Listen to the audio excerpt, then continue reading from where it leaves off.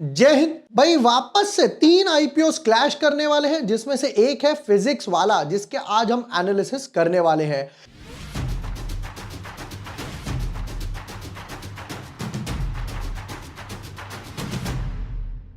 Hi everyone, my name is bore Washne. I am a SEBI registered research analyst. आज के video में करेंगे physics वाला आईपीओ के डिटेल्ड एनालिसिस, बिजनेस मॉडल क्या है, फाइनेंशियल्स क्या बोलते हैं, इन वैल्यूएशंस पे लेकर आ रहे हो, कोई पीयर कंपैरिजन डायरेक्ट है भी या नहीं है, और एंड में पता चलेगा ये भाई इनकी फिजिक्स के साथ हमारी केमिस्ट्री मैच करेगी या नहीं करेगी, यानी कि अप्लाई करना या फिर नहीं करना। Without wasting time let's deep dive in our analysis. But yes, before moving ahead, अगर अभी तक आपने चैनल सब्सक्राइब नहीं किया है या न्यू यूजर हो तो यहां पर आपको सारे वीडियोस मिल जाएंगे। निफ्टी बैंक निफ्टी के एनालिसिस डाले हैं, पाइन लैब्स का आईपीओ डाला है, काफी शॉकिंग ट्रूथ मिले जब इसके आईपीओ एनालिसिस कर रहे थे। वीडियो डेफिनेटली चेक कर लेना। आईपीओ टेबल की बात करते हैं यहां पर, तो देखिए पाइन लैब्स का आईपीओ ओपन हो गया है, फिर उसके बाद ये आईपीओ क्लोज होगा। अब जाके ट्यूसडे को 11 तारीख को जब ये क्लोज होगा तब एमवी फोटोवोल्टिक का आईपीओ ओपन होगा, यानी कि इसके लिए फंड्स मोस्ट प्रोबेबली फ्री हो जाने चाहिए। बट ये तीनों आईपीओ सेम ब्रैकेट में है।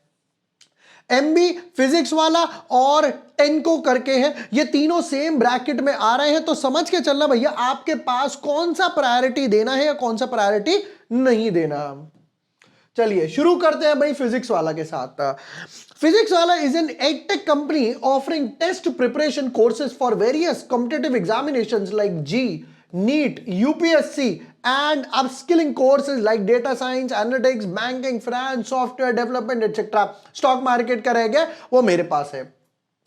It offers online services via social media channels, website and apps, and also offers tech-enabled offline centers and hybrid centers. It is among the top 5 edtech companies in terms of revenue in India and has 13 million subscribers on YouTube.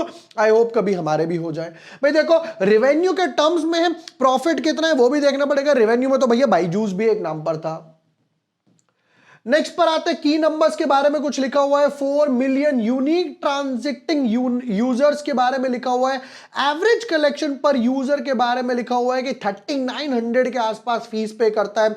Multiple courses across 13 education categories, 300 offline centres है, 6200 faculty members हो गया, 18,000 employees, बाप रे massive number, और 4300 से भी ज्यादा books वगैरह इनके लोग लिख चुके हैं। चलिए एज ऑफ नाउ देखें तो डेफिनेटली ठीक से थोड़ा बेटर ही लग रहा है। कुछ हिडन ट्रूथ्स है वो भी आपके साथ डेफिनेटली शेयर करूंगा। इंपॉर्टेंट डेट्स पर आते हैं फटाफट से। आज की भाई इंपॉर्टेंट डेट्स है, कहते हैं जी 11 नवंबर को आईपीओ ओपन होगा, 13 नवंबर को आईपीओ क्लोज होगा, फिर 14 नवंबर को अलॉटमेंट आएगी, फिर उसके बाद सैटरडे संडे आ गया तो 17 नवंबर को जाके शेयर्स और रिफंड्स, और फाइनली फिर वापस से 18 नवंबर को लिस्ट होगा। प्राइस बैंड की बात करें तो कहते हैं जी 1 रुपए फेस वैल्यू है, यानी कि अगर फेस वैल्यू 10 रुपए होती तो इसका प्राइस बैंड ऑटोमेटिकली 1090 हो जाता।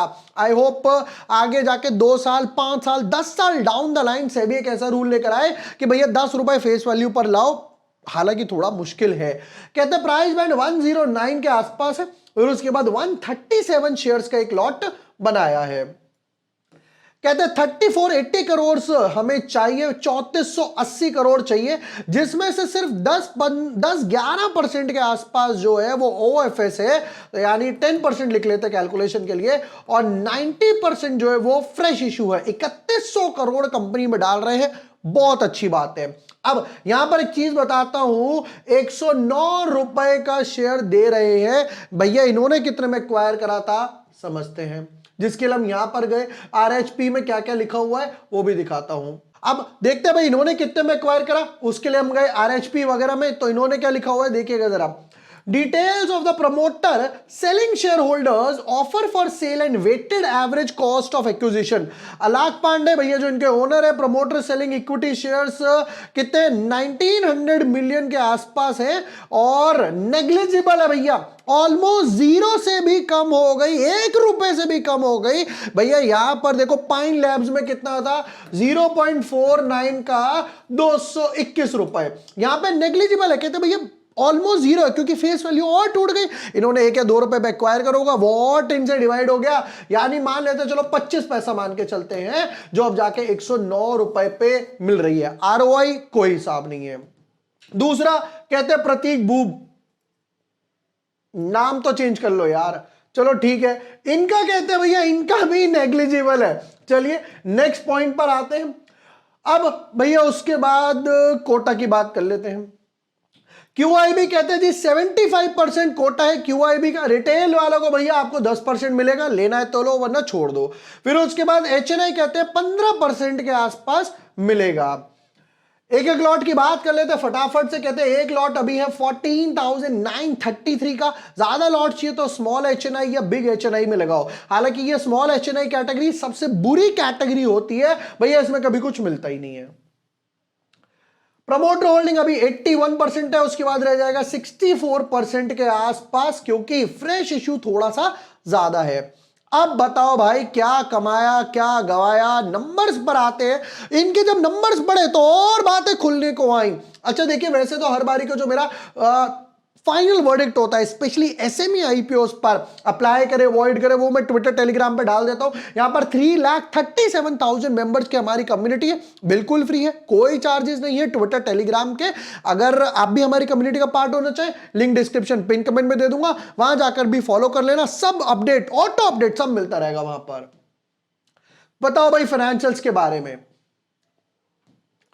एसेट्स 2000 करोड़ थे, ऑलमोस्ट 10-12-15% से बढ़े 2480 के आसपास हो गए।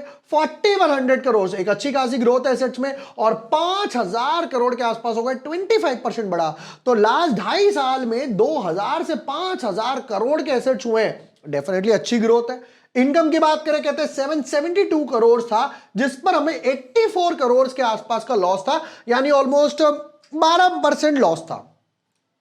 2000 करोड़ की सेल्स हुई, और भाई साहब सेल्स तो कुछ हुई 2x 2.5x 3x मान लेते चलो कैलकुलेशन के लिए, बट ये प्रॉफिट लॉस ब्लास्ट हो गया, ब्लास्ट हो गया। मतलब 2 रुपए की सेल कर रहे हो, 2 रुपीज की सेल्स करने में 5 रुपए लग रहे हैं, अपनी 3 रुपए लग रहे हैं, अपनी जेब से 1 रुपए एक्स्ट्रा खर्च रहे हो, 50% लॉस आ गया।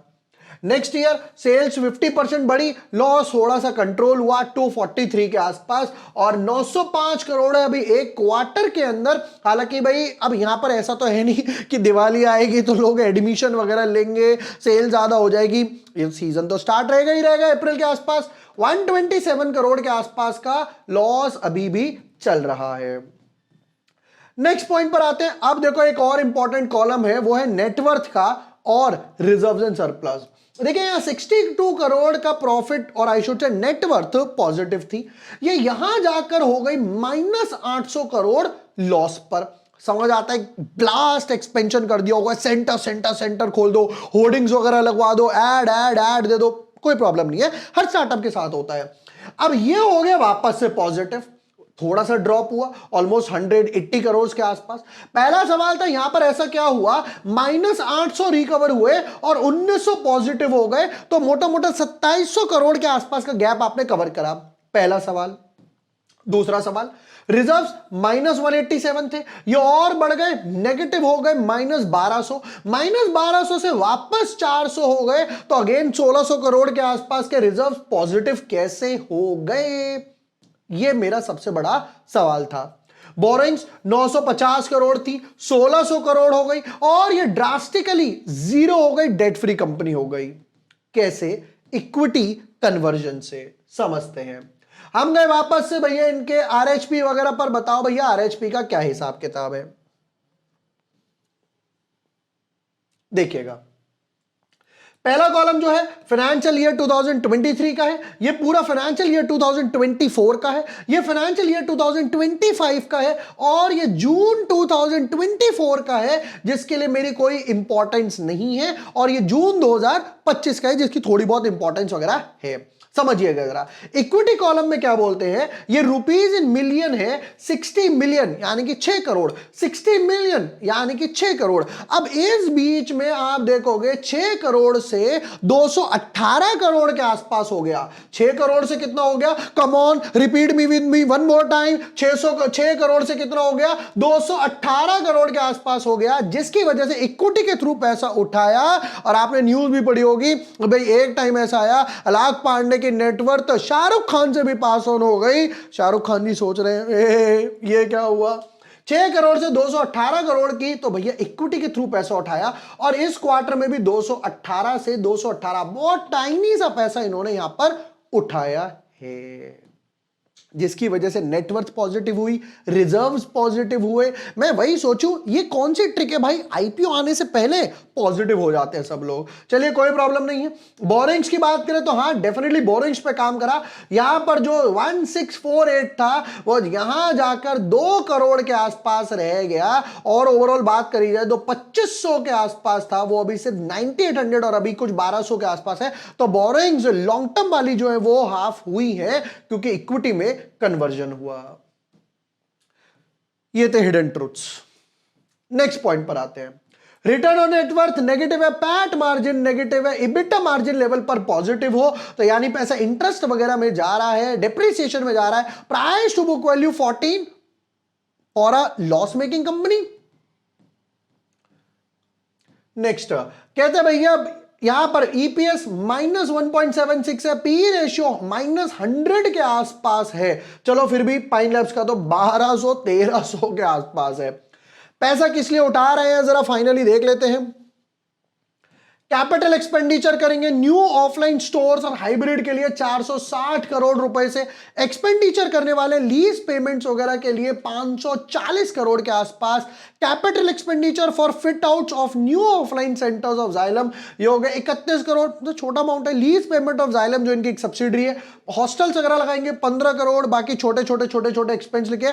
एक बड़ा है acquisition of additional share holding in RR subsidiary Utkarsh classes में और स्टेक बढ़ाएंगे 26 crore. Expenditure toward marketing initiatives 710 crore. Expenditure toward server and cloud infrastructure 200 crore. ये मेजर एक्सपेंसेस है 4, बाकी छुटपुट समझ आ रही है। चलिए जी फाइनल वर्डिक्ट पर आते हैं, हालांकि मुझे लग रहा है अभी तक आप लोग समझ चुके होंगे। नंबर 1 सेक्टर डेफिनेटली अच्छा है भाई। मैं नहीं चाहूंगा कि भाई जो बायजूस वगैरह का हालत हुआ वही हालत यहां पर जाकर हो। बैक टू बैक लॉसेस कर रहे हो। सेल्स दिखाने के लिए जबरदस्ती कि भाई सेल्स हो जाए, बच्चा मेरे पास आ जाए, किसी और के पास ना आए। 2 रुपए की सेल्स कमाने के लिए अपनी जेब से 3 रुपए खर्च रहे हो, ये थोड़ा सा ट्रबल है। आईपीओ आने से पहले इक्विटी के थ्रू फंड्स रेज कर दिया, जिसकी वजह से आपकी नेटवर्थ और रिजर्व्स वगैरह जो हो गए वो पॉजिटिव हो गए। Over subscription, listing gain, long term. Number 1 क्या अब देखो यहां पर 3 आईपीओ हो रहे हैं। अगर हर बार की तरह आप चाहते हो मैं तीनों आईपीओ का एक कंपैरिजन वीडियो बनाकर दूं, क्योंकि भाई अब की बार एक लॉस वाला है, एक प्रॉफिट वाला है, एक सोलर वाला है, कि भाई तीनों में क्या करना है। हर बार की तरह छोटी सी एक चीज चाहिए, वो है कंपैरिजन। कमेंट सेक्शन में लिख दीजिए कंपैरिजन। जैसे ही 400 कमेंट्स होते हैं मैं आपको एक बढ़िया सा कंपैरिजन बना के देने वाला हूं कि बीएचएनआई, एचएनआई या रिटेल में पहला, दूसरा, तीसरा प्रायोरिटी पे कौन आने वाला है। लॉन्ग टर्म के लिए अप्लाई करना है, आंसर इज नो, डेफिनेटली नहीं करना। लॉस मेकिंग है, नेगेटिव पी रेशियो पर है। ओवर सब्सक्रिप्शन 5-7 टाइम्स के हिसाब से ही ओवर सब्सक्रिप्शन होने वाला है। कोई मेजर ओवर सब्सक्रिप्शन एक्सपेक्ट मैं नहीं कर रहा।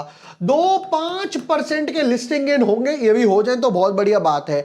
पर्सनली मैं भैया फिजिक्स वाला के साथ अपनी केमिस्ट्री मैच नहीं कर पाऊंगा, मैं आईपीओ अप्लाई नहीं कर रहा हूं, मेरा एक थम्स डाउन व्यू है। ये थे यहां पर फिजिक्स वाला आईपीओ के डिटेल्ड एनालिसिस, हिडन ट्रूथ्स मैंने आपको यहां पर दिखाए, फाइनेंशियल्स मैंने आपको दिखाया, प्रॉपर आरएच भी पढ़ा 300-400 पेज का। एंड यस हर बारी की तरह जैसे मैंने बताया ट्विटर टेलीग्राम पे मैं अपना फाइनल वर्डिक्ट देते ही देखता हूं, बिल्कुल फ्री कम्युनिटी है, लिंक आपको डिस्क्रिप्शन पिन कमेंट में मिल जाएगा। वीडियो पसंद आया हो share with your friends, like and subscribe. Thank you for watching the video, lots of love.